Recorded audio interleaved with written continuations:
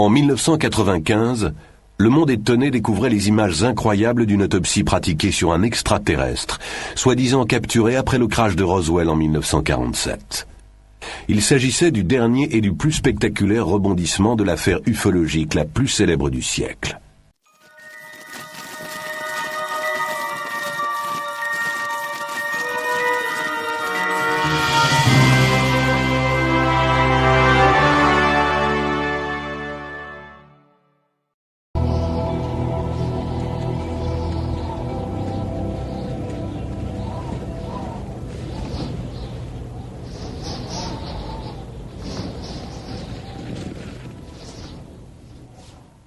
They say this place is west of Lost. Un coin perdu au fin fond de la campagne. Mais il y a longtemps, plus de 40 ans, quelque chose est tombé ici. Et très vite, de Londres à Los Angeles, on entendit parler de ce ranch d'élevage de moutons dans le désert, au nord-ouest de Roswell, au Nouveau-Mexique. Ça s'est passé en 1947 et le mystère demeure aujourd'hui. Mais est-ce bien le cas? Quelqu'un, quelque part, aurait-il la réponse qu'il aurait caché tout ce temps?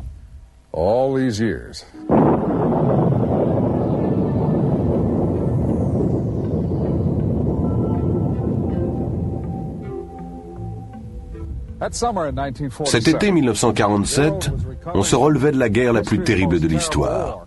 Pourtant, pour les Américains du moins, c'était le retour à la normale. Normale, un mot très intéressant.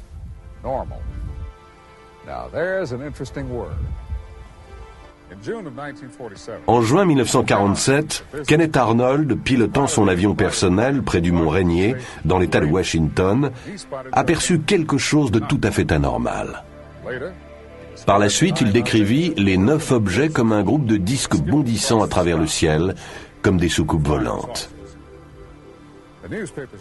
La presse s'en empara, soucoupe volante. Le mot est resté.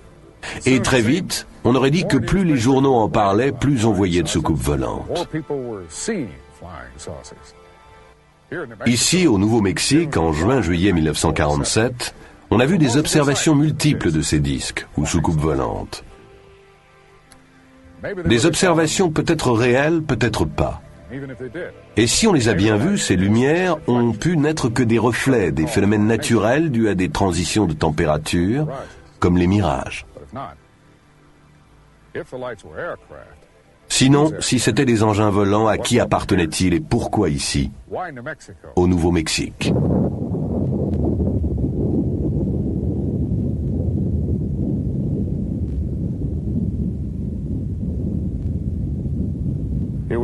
L'événement fut un désastre pour la Terre entière. Car depuis cette première bombe d'Hiroshima, nul ne se sent plus en sécurité sur Terre.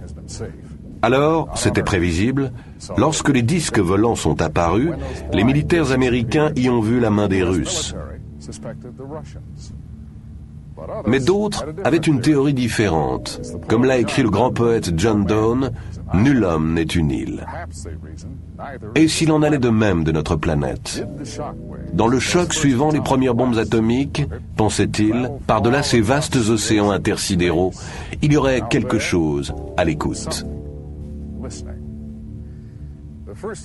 La première bombe atomique a explosé dans le désert du Nouveau-Mexique, près d'Alamogordo, à 160 km d'ici, au sud-ouest. C'était le 16 juillet 1945, 2 ans peu ou prou avant les premiers signalements de disques volants. Après la guerre, la recherche sur les armements et fusées se poursuivit à Alamogordo et dans une zone voisine du nom de White Sands. On dirait le Sahara. Ça ne l'est pas. On dirait du sable et ça n'en est pas. Ce que vous voyez là, c'est des dunes de gypse blanc. Illusion naturelle voisine d'un autre lieu qui cache son jeu. Le polygone de fusée de White Sands. Après la Seconde Guerre mondiale, les États-Unis ramenèrent plus de 100 savants allemands pour travailler à la conception des fusées. À leur tête, le docteur Werner von Braun, aujourd'hui décédé. Le 16 avril 1946, une première adaptation américaine de la fusée allemande V2 était lancée du polygone d'essai de White Sands. D'autres tirs furent couronnés de succès cette année-là. le 13 juin, le 10 octobre et le 17 décembre. Le vol de décembre culmina à une altitude de 18 600 mètres.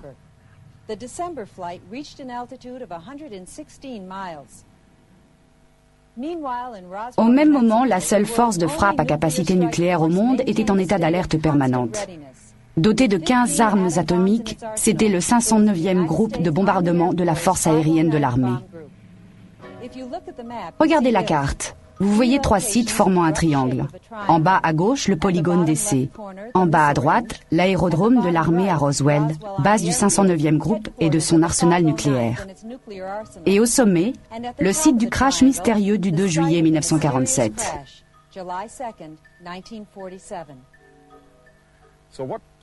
Alors, qu'est-ce qui s'est crashé ici? Un appareil de reconnaissance ennemi? Un appareil russe, genre U-2? Cela ne tient pas. Les forces aériennes de l'armée et le Pentagone sont vite intervenus pour présenter une autre version, on le sait. Mais des indications emportent la conviction. La version officielle était fausse. Là, dans ces larges espaces, dans le haut désert du comté de Lincoln, le ciel semble aussi vaste que le territoire où souffle le vent, où les moutons paissent. Et le temps semble s'armer de patience, comme l'œil du vieil Indien. Un rancheur du nom de Mac Brazel s'était installé ici. Le 3 juillet au matin, il fit la découverte. Dispersé sur une aire d'1 kilomètre de long environ, sur quelques 80 mètres de large, un bric-à-brac de débris de choses. Il y en était tombé partout, dans le sable humide, dans les rigoles emplies d'eau de pluie.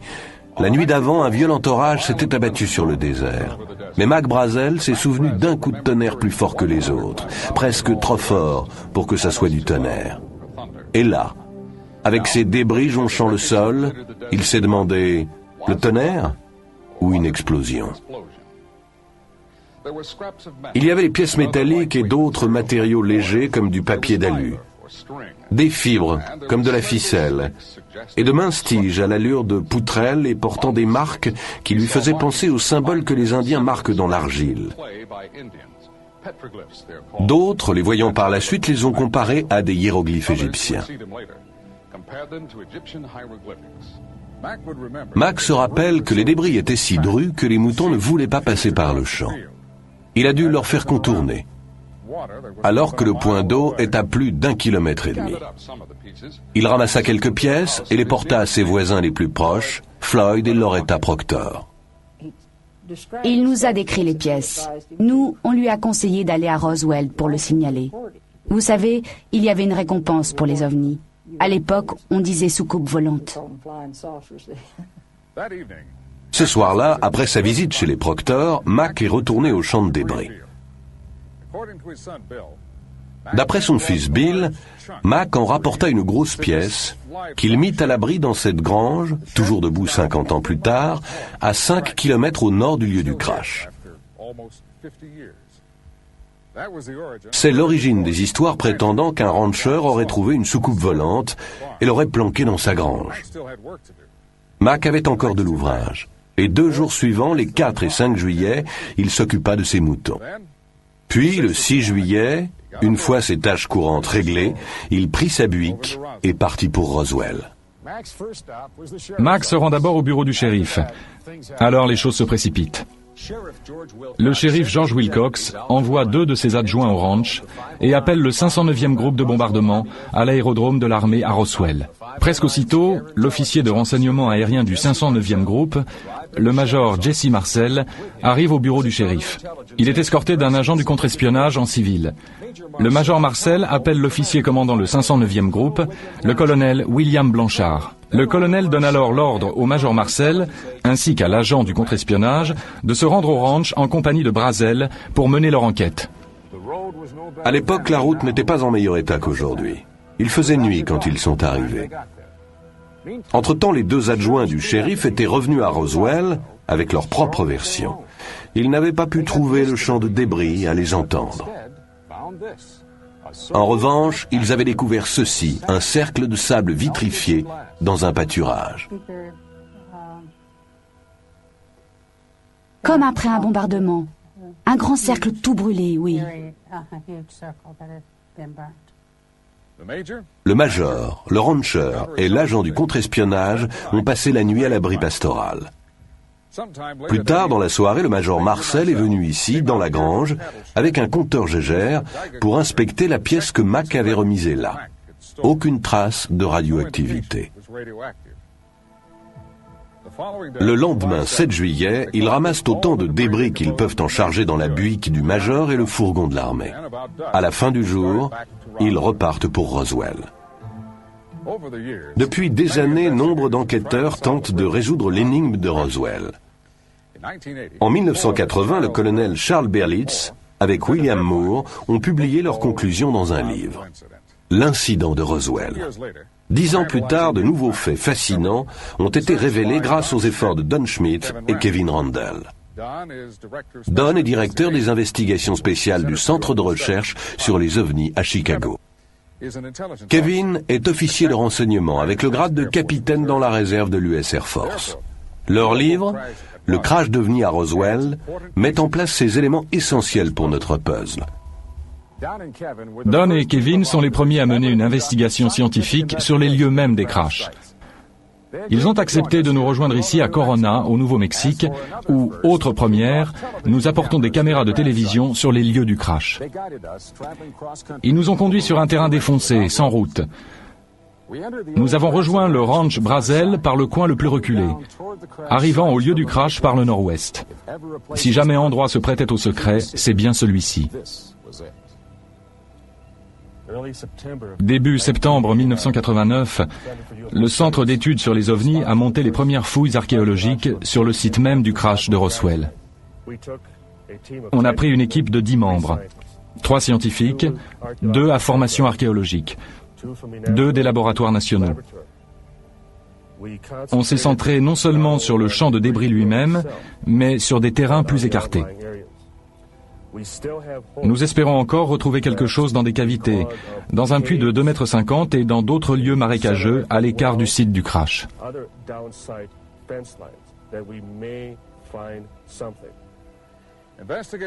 Les enquêteurs Schmitt et Randle ont établi que presque dès le départ, le colonel Blanchard et les membres de son état-major étaient convaincus que quelque part dans le désert se trouvait l'équipage de l'engin, peut-être encore en vie.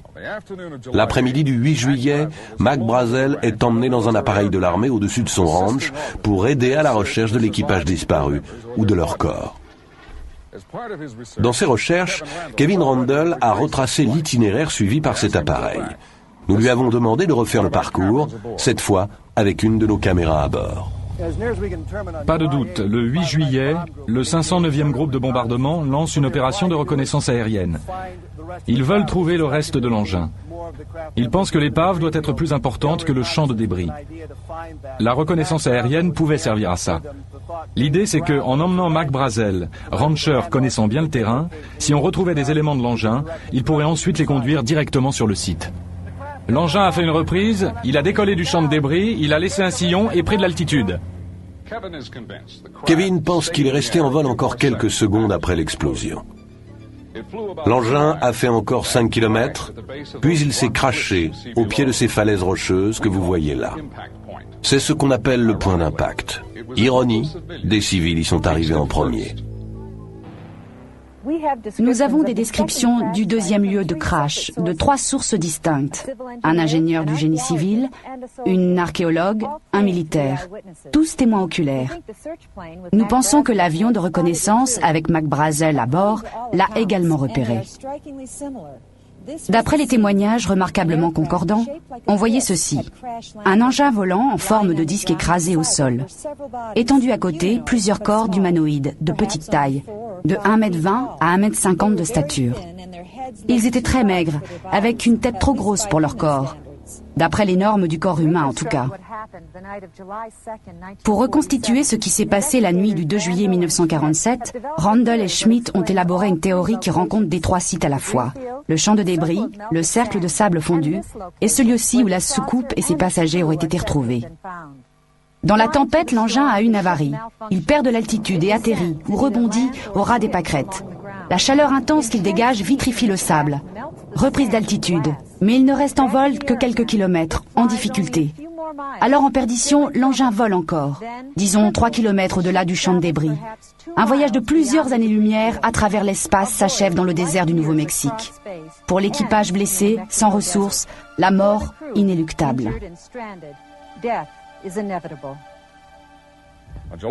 Le 8 juillet, quand le deuxième site de crash est découvert, les choses vont se précipiter. Les premiers soldats arrivés au disque découvrent que des civils les ont précédés. À la base, on reçoit des coups de fil, ça n'arrête pas. Le monde est galvanisé par le communiqué de presse officiel. Il annonce que le 509e groupe a récupéré une soucoupe volante. Walter Haut vit toujours à Roswell. Il s'y est établi après avoir démissionné de l'armée de l'air. Le lieutenant Walter Haut était l'officier chargé de l'information du 509e groupe. C'est lui qui rédigea le communiqué de presse. Bientôt, on reprocherait au lieutenant son initiative malvenue et son enthousiasme naïf. Je crois qu'on m'a encadré, pas moi seulement, mais le colonel Blanchard aussi. Je ne vois qu'un seul motif. Il voulait occulter l'histoire et garder tout ça secret. Mardi matin, 8 juillet, le major Marcel, officier de renseignement, vient faire son rapport à l'officier commandant le 509e groupe de bombardement, le colonel Blanchard. Le colonel Blanchard donne ordre au prévôt d'établir un cordon autour du champ de débris en postant des gardes pour fermer tous les accès par la route au site du crash. Après quoi, le colonel Blanchard fait son rapport au quartier général de la 8e armée de l'air à Fort Worth. Très vite, le Pentagone dépêche un vol spécial à Roswell, amenant une équipe d'agents spéciaux de Washington. Plus tard dans la matinée, vers 11h, le lieutenant Haut met la dernière main à son communiqué. Il va emporter des exemplaires aux 2 quotidiens de Roswell et aux 2 stations radio de la ville. Tout organe d'information est abonné aux services de dépêche d'agence, tels que l'Associated Press, Reuters ou United Press International. De nos jours, au Roswell Daily Record, les dépêches tombent via un ordinateur plutôt que sur des téléscripteurs. Mais même en 1947, l'information pouvait être répercutée depuis Roswell dans le monde entier en quelques minutes. Exactement ce qui est arrivé. Dès midi, ce 8 juillet, toutes les lignes téléphoniques vers Roswell sont saturées. Au 509e groupe même, le colonel Blanchard n'arrive plus à passer un coup de fil à l'extérieur. Inaccessible. Dès 16h cet après-midi-là, Mac Brazel était de retour à Roswell, après avoir aidé la mission de reconnaissance qui avait repéré le 2e site du crash. L'événement qui s'ensuivit reste un classique de foutoir militaire. L'armée ne sait plus où trouver Mac Brazel. Mais Walt Whitmore, c'est à l'honneur de la station radio KGFL, le retrouve. Voilà ce que Judd Roberts nous en dit. Il a trouvé et lui a suggéré de passer chez lui. À l'époque, c'était à l'autre bout de Roswell. On s'est dit que ça serait utile d'avoir les informations qu'on cherchait. On a pu dire, vous avez voulu le questionner et le tenir caché. Moi, plus simplement, je réponds, nous lui avons donné un lieu pour passer cette nuit-là, à l'abri de ceux qui le questionnaient. Toujours assailli d'appels, d'aussi loin que Londres ou Hong Kong, le Roswell Daily Record fait ses gros titres avec l'affaire. La présentation par le journal se basait sur le communiqué du lieutenant Haut. Mais nous le savons aujourd'hui, plus de 40 ans après, les médias étaient sur le point d'être coupés des faits, victimes d'une campagne de désinformation. Les officiers de l'armée retrouvent Mac Brazel et le mettent en détention à domicile. Des heures d'interrogatoire serrées allaient suivre, et on le soumet à un examen médical complet. Puis, le 9 juillet, à la station de radio KGFL, Walt Whitmore reçoit un coup de fil personnel de Washington. Il reçoit consigne de ne rien faire passer sur les ondes de son interview de Mac Brazel. On nous a fait comprendre que si nous voulions conserver notre licence, il serait bon de ne rien diffuser. Sinon, nous avions 24 heures pour nous trouver un autre job que la radio. Puis, les officiers de l'armée perquisitionnent les bureaux de tous les journaux et stations radio de Roswell, emportant tous les exemplaires du communiqué et tout autre matériau ayant trait à cette histoire. Alors, le 9 juillet, Mac Brazel, sous escorte d'officiers, se présente aux locaux de KGFL avec une version toute nouvelle.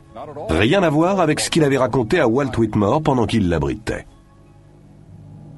Depuis des siècles, les Indiens du Nouveau-Mexique adorent le soleil, donneur de vie, gardien de la voûte céleste.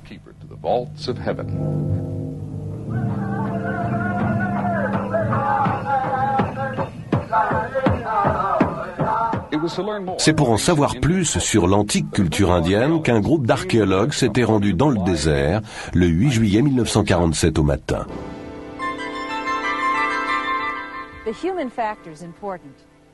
Le facteur humain est important. Les gens ne se taisent pas pour toujours. Mais de la poignée de témoins qui ont parlé de ce qu'ils ont vu ici au deuxième site de crash, la plupart sont morts aujourd'hui, emportés par la maladie ou la vieillesse.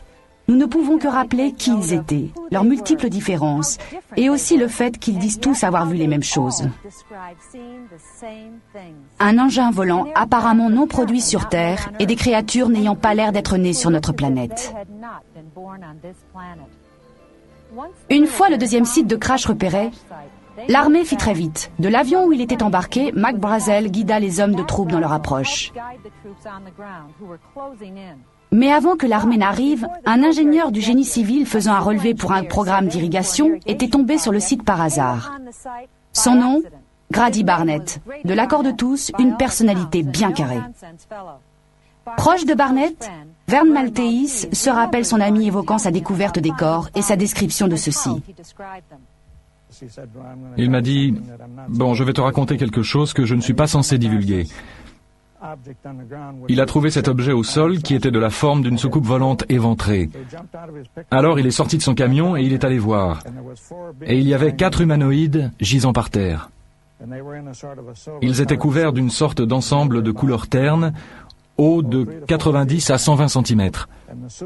Ces habits étaient très ajustés et ils les couvraient entièrement, sauf la tête et les mains qui étaient découvertes. La tête était sans cheveux, un peu en forme de poire. Les mains étaient nues.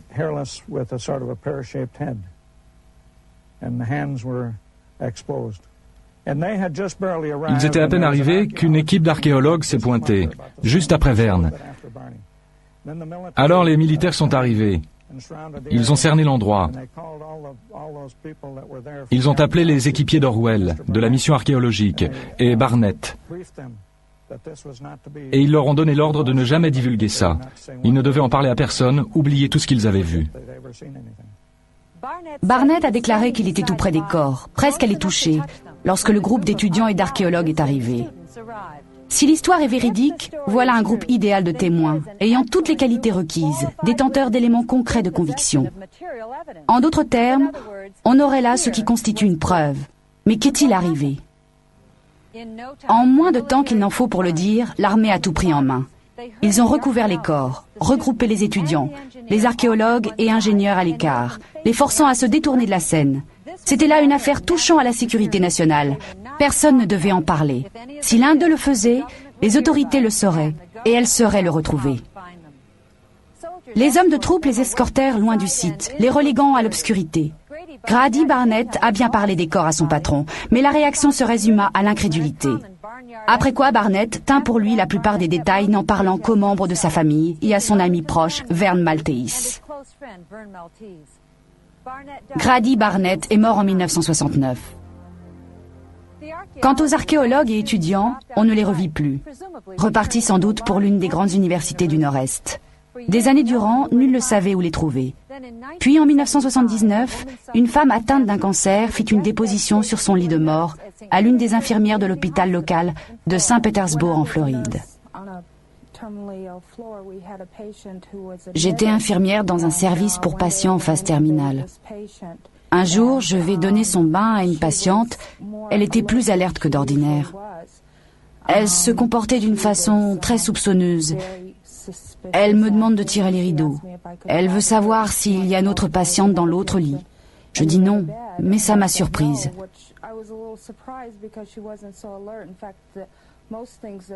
Elle n'arrêtait pas d'appeler un certain nom.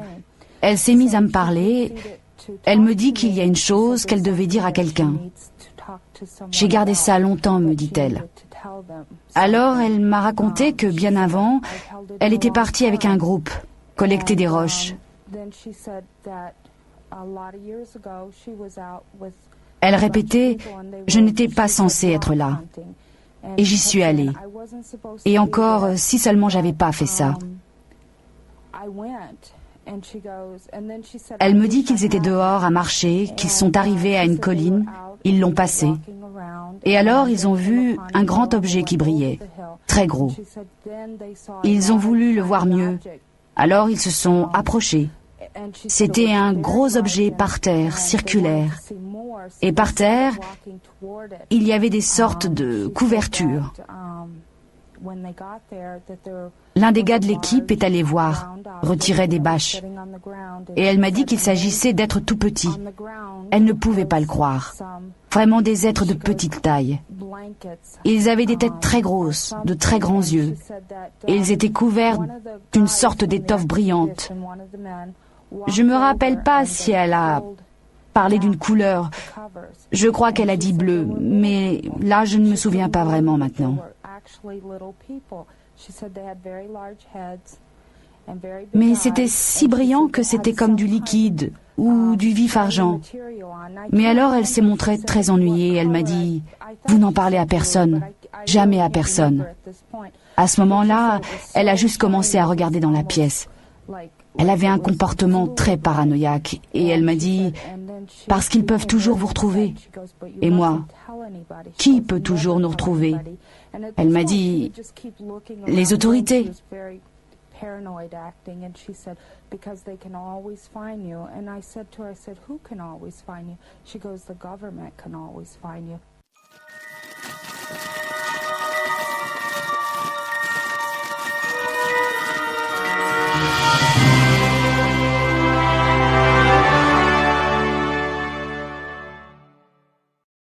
Deux jours après l'arrivée de McBrazel à Roswell, les rumeurs se répandent comme un feu de brousse. Le public pouvait penser que le Pentagone était foudrage et que le général Roger Ramey en prenait pour son grade. Contrairement à l'opinion du public, c'était là le résultat d'une campagne de désinformation soigneusement orchestrée. Ramey était l'officier commandant la 8e armée de l'air à Fort Worth, le quartier général chapeautant le 509e groupe. Avant que le 509e groupe n'engage la collecte des pièces et la recherche des corps, le quartier général de la 8e armée de l'air avait contacté le Pentagone. Le matin du 8 juillet, le vol spécial était organisé qui amenait une équipe d'experts du contre-espionnage de Washington à l'aérodrome de l'armée à Roswell. Le général et le Pentagone allaient sceller le couvercle. Préparant soigneusement une version occultant les faits, le général Ramey donna ordre au colonel Blanchard, commandant le 509e groupe, d'envoyer son officier de renseignement, le major Marcel, à Fort Worth. Marcel apporta au général des éléments de débris rangés dans une caisse. Laissant la boîte sur son bureau, le général conduit alors le major dans une autre pièce, lui proposant de consulter une carte. À leur retour, la caisse a disparu. À la place, on a un vieux ballon météo. Alors le général Ramey fait entrer les journalistes.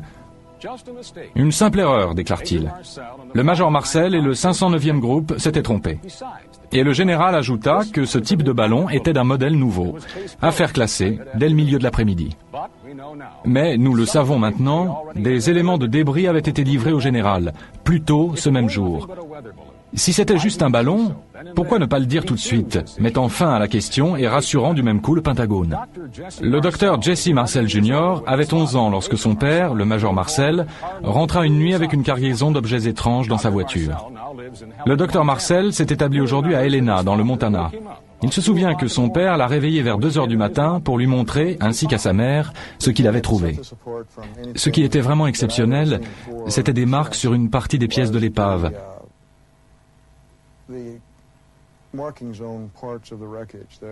Sur les poutrelles en nid, la structure, il y avait comme de l'écriture. Je me souviens, j'ai pensé à l'époque que c'était comme des hiéroglyphes. Mais ça n'était pas vraiment ça, plutôt des formes et des symboles géométriques, sur la face interne de la poutrelle en nid. Elles avaient une couleur violet métallique, comme gravée dans la matière même. C'est le plus singulier, ce qui distingue ça de débris plus banals. Je sais parfaitement que ça n'était pas un ballon sonde ou un réflecteur radar, comme l'armée de l'air l'a affirmé.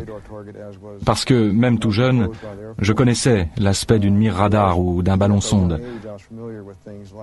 Puisque c'est la version qu'ils ont présentée pour se couvrir, avec une insistance peu banale, je savais qu'il devait y avoir quelque chose d'exceptionnel dans tout ça. Alors j'en suis venu à réaliser que ça ne venait pas de notre monde.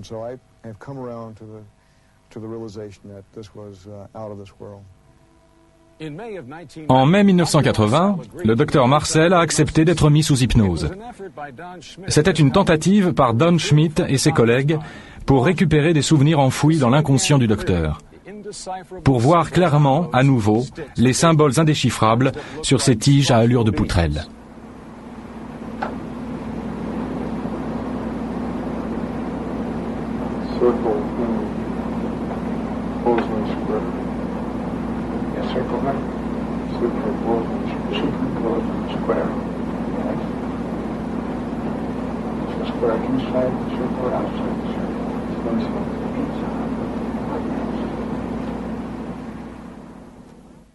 Ici, sur le champ de débris, pendant que le général diffusait la version du ballon sonde, des escouades de soldats étaient toujours à charger des brouettes. Vous vous rendez compte? Des barrages routiers, des mitraillettes et au moins 16 hommes avec des fourgons. Pour récupérer un ballon comme ça? On a retrouvé d'autres ballons sondes ramenés par des civils. Ils étaient assez petits pour être rangés dans le coffre d'une voiture. Même le nouveau modèle de ballon évoqué par le général y serait rentré. D'ailleurs, Mac Brazel a déclaré qu'il savait de quoi les ballons sondes avaient l'air. Il en avait déjà retrouvé sur son ranch. En dépit des pressions militaires, Mac était formel. Les débris sur le champ que ses moutons ne voulaient plus traverser étaient quelque chose d'autre. Et bien sûr, les ballons sondes n'emportent pas de passagers. Pas même de petite taille, comme ceux que l'on aurait retrouvés au deuxième site de crash.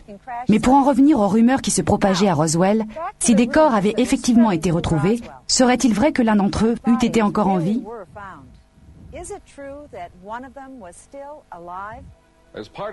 Pour leurs investigations, Don Schmitt et Kevin Randle se sont entretenus pendant 2 ans avec plus de 250 témoins en rapport avec le crash de Roswell. Ils ont écarté les témoignages de seconde main. Ils ont éliminé les sources peu fiables, suspectes d'exagération ou d'informations fantaisistes. Pour la préparation de ce documentaire, nous avons enregistré des entretiens avec plus de 25 personnes dont les antécédents ont été vérifiés et soigneusement passés au crible. Nombre d'entre elles ne se sont jamais rencontrées. Et pourtant, leurs versions s'accordent toutes. Chaque élément du puzzle venait s'encastrer, rien n'indiquait une collusion. Jack Rodin a grandi à Roswell. Il y vit toujours. En 1947, son père, photographe professionnel, était de ceux qui suivirent l'affaire.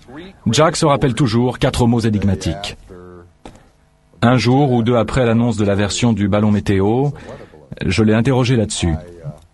Je voulais savoir ce qui se passait vraiment, ce qui s'était produit. Et il a prononcé ces mots. Ils l'ont tué. Il avait ce pouvoir de dire plein de choses en peu de mots. Des mots qui pouvaient se comprendre de plus d'une façon. Je lui ai demandé, tu veux dire quoi? Ils ont tué l'affaire? Et lui n'en voulait pas démordre. Il répéta seulement, ils l'ont tué. Et moi, ils ont tué quelqu'un? Alors je ne pouvais pas insister. Je me suis abstenu. Mais je n'ai pas oublié.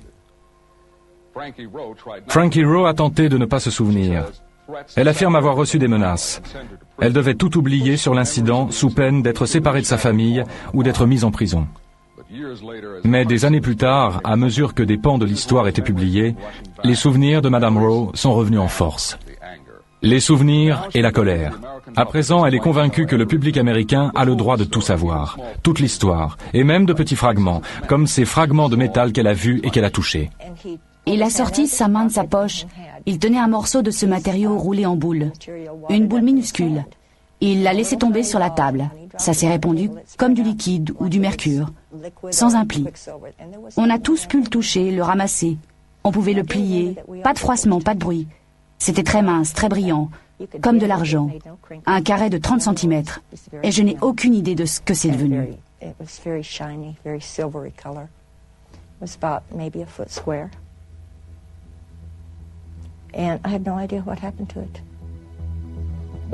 Plus de 40 ans ont passé depuis le crash. Les autorités s'en tiennent toujours à la même version officielle. L'autorité militaire oppose toujours un mur de dénégation. Pourtant, depuis quelques années, quelques fissures sont apparues dans ce mur. Le major Marcel allait en reparler avec son fils, pour dire que non, ça n'était absolument pas un ballon météo.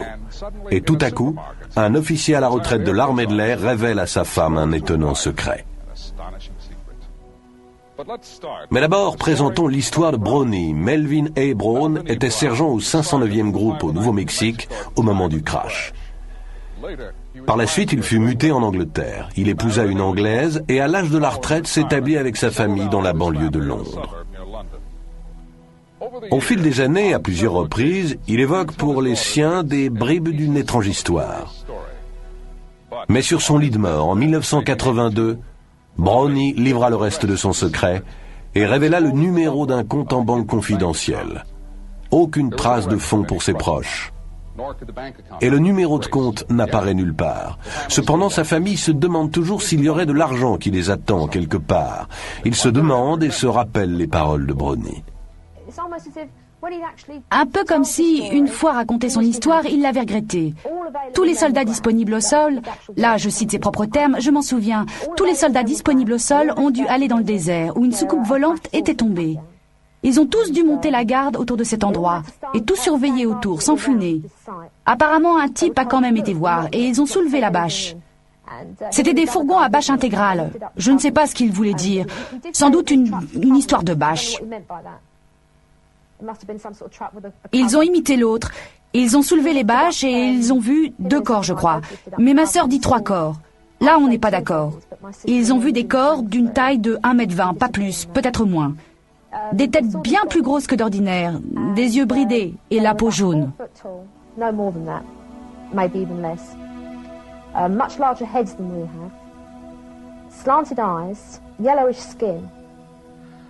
Bien loin de Londres, dans le comté de Lincoln, au Nouveau-Mexique, nous avons voulu joindre un témoin insaisissable qui a une histoire encore plus incroyable à raconter. Nous l'avons retrouvé ailleurs. Nous nous sommes engagés à ne pas révéler ses coordonnées. Il s'appelle Glenn Dennis. Et en 1947, il était entrepreneur de pompes funèbres, dirigeant l'entreprise de pompes funèbres Ballard à Roswell, au Nouveau-Mexique. Ici à Roswell, l'après-midi du 8 juillet, les pompes funèbres de la ville se mirent à recevoir des appels émanant de l'hôpital de la base aérienne. Il s'agissait des questions sur la préservation des tissus, l'effet de tel ou tel produit sur les tissus. Et des sociétés à Roswell reçurent commande d'une importante quantité de neige carbonique. Après 4 ou 5 coups de fil reçus aux pompes funèbres, le responsable conclut qu'il devait y avoir eu un crash avec mort d'homme à la base aérienne. C'était le début de l'histoire la plus remarquable liée au crash de Roswell. Voici l'homme dont nous parlons. L'entrepreneur de pompes funèbres, Glenn Dennis. En 1947, il était directeur de l'entreprise de pompes funèbres Ballard à Roswell. Ces coups de fil formaient les préludes de menaces de mort.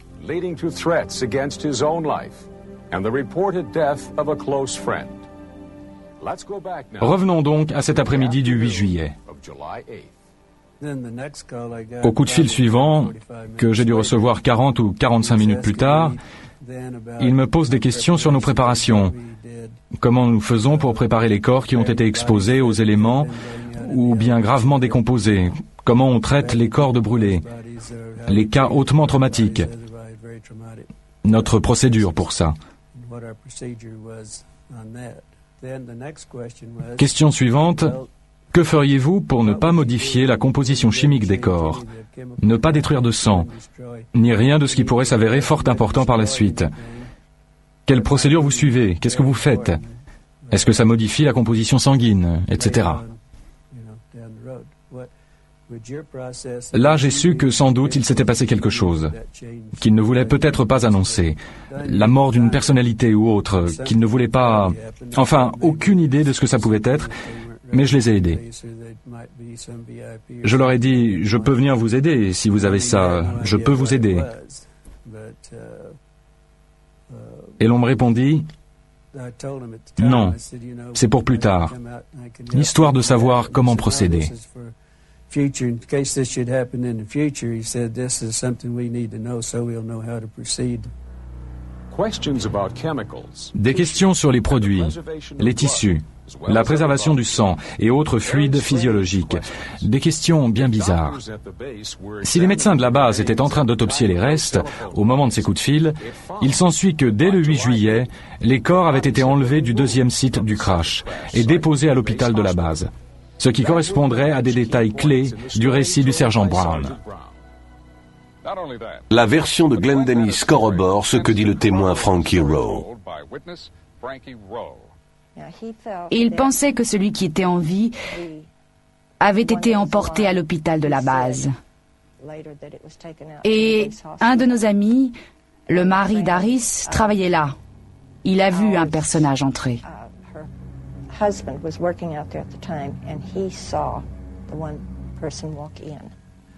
Plus tard dans l'après-midi, Glenn Dennis amène un aviateur blessé à l'hôpital de la base suite à un incident de circulation.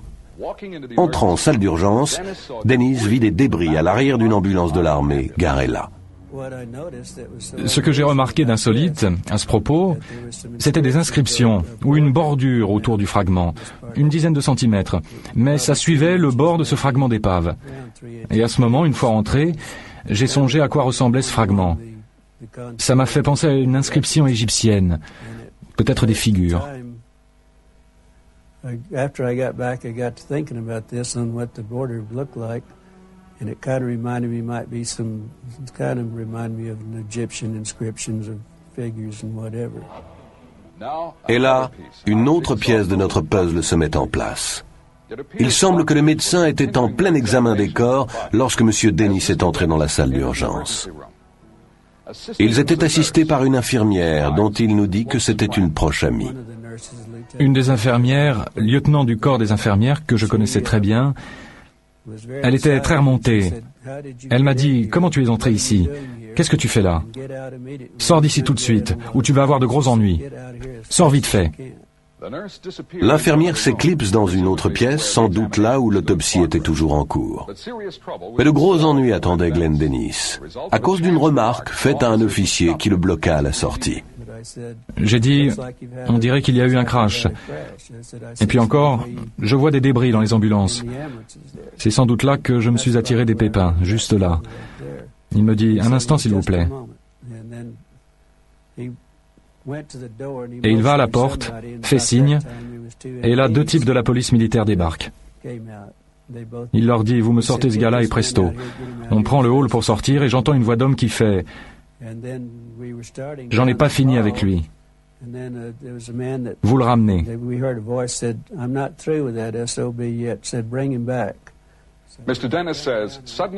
Monsieur Dennis déclare qu'on l'a brusquement fait entrer dans une pièce où il se retrouve face à 2 hommes qu'il n'avait jamais vus jusque-là, un sergent de l'armée et un capitaine aux cheveux roux. Un échange animé s'ensuit où Dennis affirme que tous les 2 l'ont menacé de mort. Le capitaine roux me dit, il n'y a pas eu de crash ici.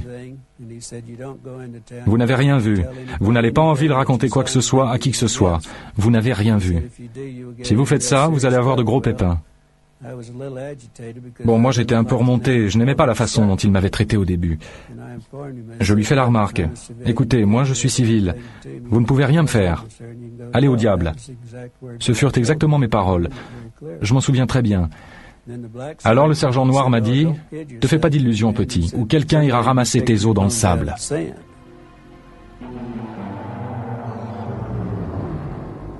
Le capitaine de l'armée Anderson s'est tu fort longtemps. Il ne s'est exprimé qu'après avoir vu que d'autres avaient rompu le silence. Il était alors à la retraite installé en Californie. Il y avait une rumeur depuis longtemps. L'un des pilotes assurant un vol au départ de Roswell aurait vu les corps.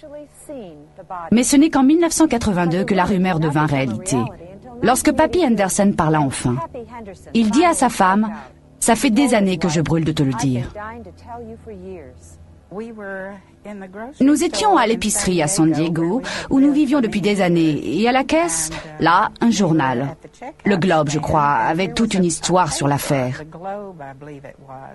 D'ailleurs, j'ai gardé les journaux. Il a jeté un coup d'œil et il m'a dit « Ça fait des années que je veux t'en parler. » j'imagine que si ça sort dans les journaux, alors ça n'est plus top secret. Alors nous avons acheté les journaux, on est allé à la voiture et il m'a dit « Lis ça ». Et j'ai lu ces articles. Il m'a dit « C'est une histoire vraie ». Et encore, non seulement je le savais, mais c'est moi le pilote qui a convoyé la soucoupe crashée jusqu'à Dayton dans l'Ohio. J'étais abasourdie. Et si ça n'avait pas été papy, sans doute que je ne l'aurais pas cru. Mais il était très sûr de son fait. Et il me disait toujours la vérité, sans le moindre faux fuyant. Alors je l'ai cru.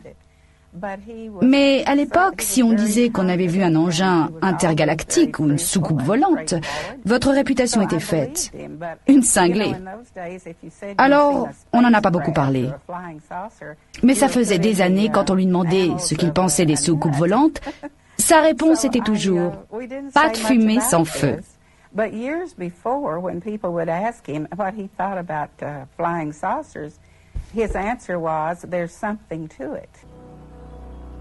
Près de 50 ans plus tard, la version officielle n'a toujours pas varié.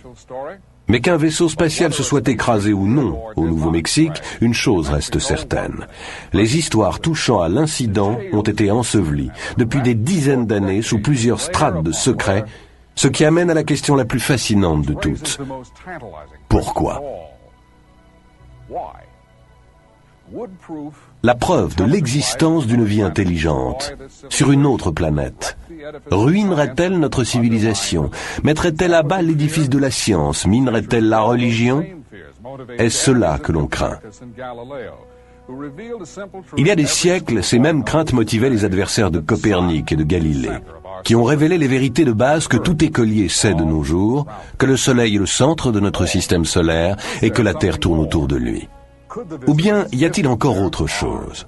Les visiteurs, à supposer qu'il y en ait, pourraient-ils être des prédateurs, sans égard pour les vies et les souffrances humaines? Nos leaders nous ont-ils protégés d'une vérité terrifiante? Même alors, quel intérêt présentent pour nous tous ces secrets? Quelques décennies de fausse tranquillité? Eh bien, les choses évoluent. Alors que nous en sommes au terme du XXe siècle, nous sommes arrivés à la fin du temps de l'innocence. Les gens exigent la vérité.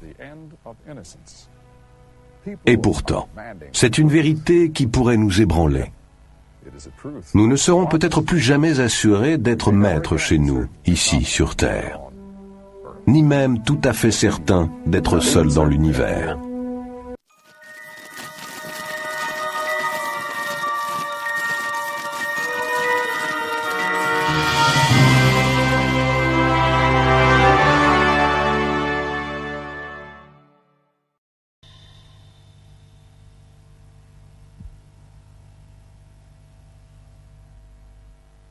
En 1995, le monde étonné découvrait les images incroyables d'une autopsie pratiquée sur un extraterrestre, soi-disant capturé après le crash de Roswell en 1947. Il s'agissait du dernier et du plus spectaculaire rebondissement de l'affaire ufologique la plus célèbre du siècle.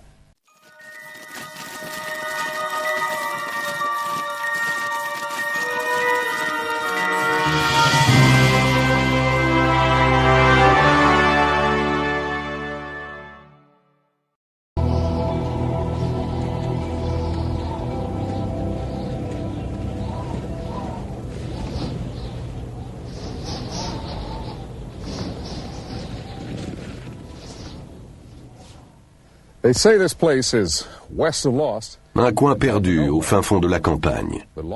Mais il y a longtemps, plus de 40 ans, quelque chose est tombé ici. Et très vite, de Londres à Los Angeles, on entendit parler de ce ranch d'élevage de moutons dans le désert, au nord-ouest de Roswell, au Nouveau-Mexique. Ça s'est passé en 1947 et le mystère demeure aujourd'hui.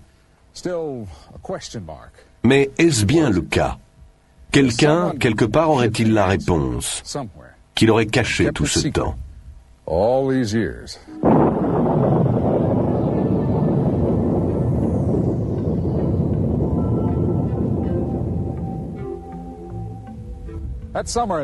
Cet été 1947, on se relevait de la guerre la plus terrible de l'histoire.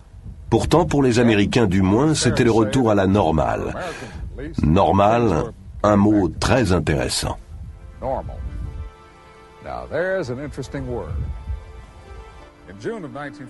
En juin 1947, Kenneth Arnold, pilotant son avion personnel près du mont Rainier, dans l'État de Washington, aperçut quelque chose de tout à fait anormal. Par la suite, il décrivit les 9 objets comme un groupe de disques bondissant à travers le ciel, comme des soucoupes volantes. La presse s'en empara, soucoupe volante. Le mot est resté. Et très vite, on aurait dit que plus les journaux en parlaient, plus on voyait de soucoupes volantes.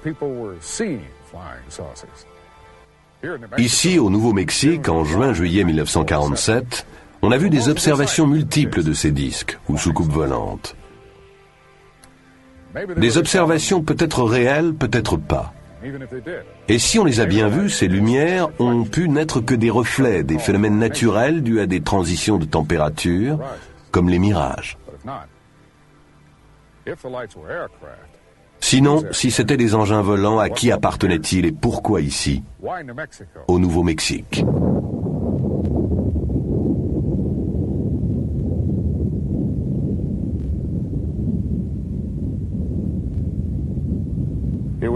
L'événement fut un désastre pour la Terre entière. Car depuis cette première bombe d'Hiroshima, nul ne se sent plus en sécurité sur Terre. Alors, c'était prévisible, lorsque les disques volants sont apparus, les militaires américains y ont vu la main des Russes. Mais d'autres avaient une théorie différente. Comme l'a écrit le grand poète John Donne, « Nul homme n'est une île ». Et s'il en allait de même de notre planète? Dans le choc suivant les premières bombes atomiques, pensait-il, par-delà ces vastes océans intersidéraux, il y aurait quelque chose à l'écoute. La première bombe atomique a explosé dans le désert du Nouveau-Mexique, près d'Alamogordo, à 160 km d'ici, au sud-ouest. C'était le 16 juillet 1945, 2 ans peu ou prou avant les premiers signalements de disques volants. Après la guerre, la recherche sur les armements et fusées se poursuivit à Alamogordo et dans une zone voisine du nom de White Sands. On dirait le Sahara. Ça ne l'est pas. On dirait du sable et ça n'en est pas. Ce que vous voyez là, c'est des dunes de gypse blanc. Illusion naturelle, voisine d'un autre lieu qui cache son jeu. Le polygone de fusée de White Sands. Après la Seconde Guerre mondiale, les États-Unis ramenèrent plus de 100 savants allemands pour travailler à la conception des fusées. À leur tête, le docteur Wernher von Braun, aujourd'hui décédé. Le 16 avril 1946, une première adaptation américaine de la fusée allemande V2 était lancée du polygone d'essai de White Sands. D'autres tirs furent couronnés de succès cette année-là. Le 13 juin, le 10 octobre et le 17 décembre. Le vol de décembre culmina à une altitude de 18 600 mètres.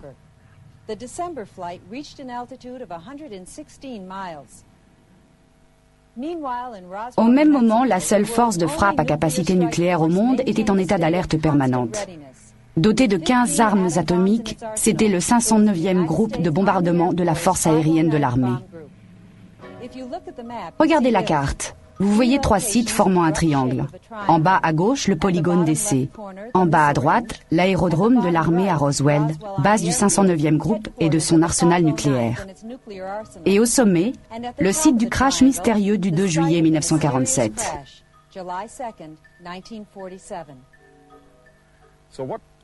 Alors, qu'est-ce qui s'est crashé ici? Un appareil de reconnaissance ennemi? Un appareil russe, genre U-2? Cela ne tient pas. Les forces aériennes de l'armée et le Pentagone sont vite intervenus pour présenter une autre version, on le sait. Mais des indications emportent la conviction. La version officielle était fausse. Là, dans ces larges espaces, dans le haut désert du comté de Lincoln, le ciel semble aussi vaste que le territoire où souffle le vent, où les moutons paissent. Et le temps semble s'armer de patience, comme l'œil du vieil Indien. Un rancher du nom de Mac Brazel s'était installé ici. Le 3 juillet au matin, il fit la découverte. Dispersés sur une aire d'1 kilomètre de long environ, sur quelques 80 mètres de large, un bric-à-brac de débris de choses. Il y en était tombé partout, dans le sable humide, dans les rigoles emplies d'eau de pluie. La nuit d'avant, un violent orage s'était abattu sur le désert. Mais Mac Brazel s'est souvenu d'un coup de tonnerre plus fort que les autres, presque trop fort pour que ça soit du tonnerre. Et là, avec ces débris jonchant le sol, il s'est demandé, le tonnerre ou une explosion? Il y avait des pièces métalliques et d'autres matériaux légers comme du papier d'alu, des fibres comme de la ficelle, et de minces tiges à l'allure de poutrelles et portant des marques qui lui faisaient penser aux symboles que les Indiens marquent dans l'argile. D'autres, les voyant par la suite, les ont comparés à des hiéroglyphes égyptiens. Mac se rappelle que les débris étaient si drus que les moutons ne voulaient pas passer par le champ. Il a dû leur faire contourner, alors que le point d'eau est à plus d'1,5 kilomètre. Il ramassa quelques pièces et les porta à ses voisins les plus proches, Floyd et Loretta Proctor. Il nous a décrit les pièces. Nous, on lui a conseillé d'aller à Roswell pour le signaler. Vous savez, il y avait une récompense pour les ovnis. À l'époque, on disait soucoupe volante. Ce soir-là, après sa visite chez les Proctor, Mac est retourné au champ de débris. D'après son fils Bill, Mac en rapporta une grosse pièce qu'il mit à l'abri dans cette grange, toujours debout 50 ans plus tard, à 5 kilomètres au nord du lieu du crash. C'est l'origine des histoires prétendant qu'un rancher aurait trouvé une soucoupe volante et l'aurait planquée dans sa grange. Mac avait encore de l'ouvrage, et 2 jours suivants, les 4 et 5 juillet, il s'occupa de ses moutons. Puis, le 6 juillet, une fois ses tâches courantes réglées, il prit sa buick et partit pour Roswell. Mac se rend d'abord au bureau du shérif. Alors les choses se précipitent. Le shérif George Wilcox envoie 2 de ses adjoints au ranch et appelle le 509e groupe de bombardement à l'aérodrome de l'armée à Roswell. Presque aussitôt, l'officier de renseignement aérien du 509e groupe, le major Jesse Marcel, arrive au bureau du shérif. Il est escorté d'un agent du contre-espionnage en civil. Le major Marcel appelle l'officier commandant le 509e groupe, le colonel William Blanchard. Le colonel donne alors l'ordre au major Marcel, ainsi qu'à l'agent du contre-espionnage, de se rendre au ranch en compagnie de Brazel pour mener leur enquête. À l'époque, la route n'était pas en meilleur état qu'aujourd'hui. Il faisait nuit quand ils sont arrivés. Entre-temps, les 2 adjoints du shérif étaient revenus à Roswell avec leur propre version. Ils n'avaient pas pu trouver le champ de débris à les entendre. En revanche, ils avaient découvert ceci, un cercle de sable vitrifié dans un pâturage. Comme après un bombardement. Un grand cercle tout brûlé, oui. Le major, le rancher et l'agent du contre-espionnage ont passé la nuit à l'abri pastoral. Plus tard dans la soirée, le major Marcel est venu ici, dans la grange, avec un compteur Geiger pour inspecter la pièce que Mac avait remisée là. Aucune trace de radioactivité. Le lendemain, 7 juillet, ils ramassent autant de débris qu'ils peuvent en charger dans la buick du major et le fourgon de l'armée. À la fin du jour, ils repartent pour Roswell. Depuis des années, nombre d'enquêteurs tentent de résoudre l'énigme de Roswell. En 1980, le colonel Charles Berlitz, avec William Moore, ont publié leurs conclusions dans un livre. L'incident de Roswell. 10 ans plus tard, de nouveaux faits fascinants ont été révélés grâce aux efforts de Don Schmitt et Kevin Randle. Don est directeur des investigations spéciales du Centre de recherche sur les ovnis à Chicago. Kevin est officier de renseignement avec le grade de capitaine dans la réserve de l'US Air Force. Leur livre, Le crash d'ovnis à Roswell, met en place ces éléments essentiels pour notre puzzle. Don et Kevin sont les premiers à mener une investigation scientifique sur les lieux mêmes des crashs. Ils ont accepté de nous rejoindre ici à Corona, au Nouveau-Mexique, où, autre première, nous apportons des caméras de télévision sur les lieux du crash. Ils nous ont conduits sur un terrain défoncé, sans route. Nous avons rejoint le ranch Brazel par le coin le plus reculé, arrivant au lieu du crash par le nord-ouest. Si jamais endroit se prêtait au secret, c'est bien celui-ci. Début septembre 1989, le Centre d'études sur les ovnis a monté les premières fouilles archéologiques sur le site même du crash de Roswell. On a pris une équipe de 10 membres, 3 scientifiques, 2 à formation archéologique, 2 des laboratoires nationaux. On s'est centré non seulement sur le champ de débris lui-même, mais sur des terrains plus écartés. Nous espérons encore retrouver quelque chose dans des cavités, dans un puits de 2,50 m et dans d'autres lieux marécageux à l'écart du site du crash.